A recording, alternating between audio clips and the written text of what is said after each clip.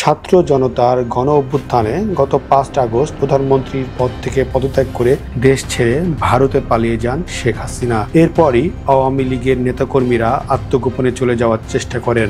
তারপরেও একের পর এক নেতাকর্মী গ্রেপ্তার হতে থাকেন আইন শৃঙ্খলা বাহিনীর হাতে।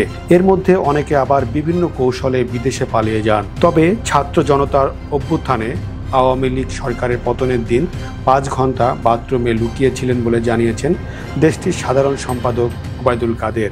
ভারতীয় গণমাধ্যম দ্য ওয়ালের এক্সিকিউটিভ এডিটর অমল সরকারকে দেয়া এক সাক্ষাৎকারে কথা বলেন তিনি। শেখ হাসিনার পতনের পর এই প্রথম কোনো গণমাধ্যমে কথা বললেন কাদের।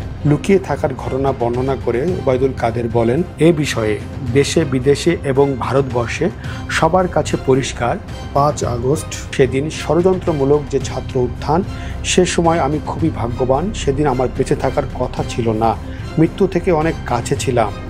আমারই সংসদ এলাকায় আমার নিজের বাসাকে এড়িয়ে পার্শ্ববর্তী আর একটা বাসায় আশ্রয় নিয়েছিলাম। তখন চারিদিক থেকে মিছিল আসছিল। এটা আসলে ছিল প্রধানমন্ত্রীর গণভবন কেন্দ্রিক। আমরা অবাক হলাম যে সংসদ এলাকাতেও ছড়িয়ে পড়ে এবং একটা লুটপাটের লুম্পেন স্টাইলে কতগুলো ঘটনা ঘটতে থাকে।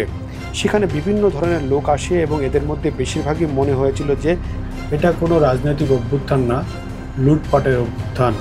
তিনি বলেন, আমি যে বাসাটায় ছিলাম তারা সে বাসাতেও হামলা করে। তারা জানতো না যে সেখানে আমি আছি। আমার বাসা তারা লুটপাট করেছে, কিন্তু যে বাসায় আমি গিয়ে আশ্রয় নিলাম সেখানে হামলা করবে আমি ভাবতে পারিনি। দেখলাম অনেক লোকজন সে বাসাতেও ঢুকে পড়েছে। তারা ভাঙচুর ও লুটপাট করতে থাকে। আমি আমার স্ত্রী সহ বাথরুমে লুকিয়েছিলাম। অনেকক্ষণ ছিলাম, প্রায় ৫ ঘন্টা।